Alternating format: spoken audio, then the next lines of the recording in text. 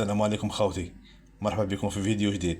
خوتي بغيت نفكركم بهذا الاردني كان يحلف في فمه قبل الماتش. شوفوا معانا. احنا بنفكر في مباراة الجزائر، حتى لو الجزائر فاز على المنتخب الهولندي هو يبقى منتخب قريب من عندنا، يعني قريب، ومنتخب احنا بامكاننا ان نصنع يعني الحدث امام هذا المنتخب.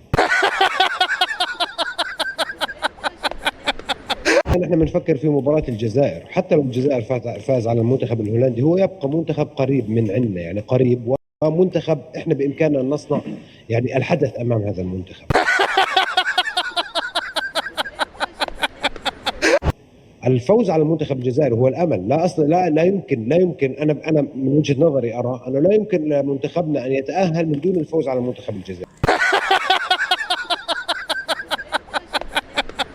صديقي، ثقة مليحة بصح الغرور ماشي مليح. سما انت راك حاسب الجزائر حيط قصير وتقدر تفوز عليها، ياك هكذا؟ نحن بنفكر في مباراه الجزائر، حتى لو الجزائر فاز على المنتخب الهولندي هو يبقى منتخب قريب من عندنا، يعني قريب، ومنتخب احنا بامكاننا ان نصنع يعني الحدث امام هذا المنتخب. الفوز على المنتخب الجزائري هو الامل، لا اصلا لا يمكن انا من وجهه نظري ارى انه لا يمكن لمنتخبنا ان يتاهل من دون الفوز على المنتخب الجزائري.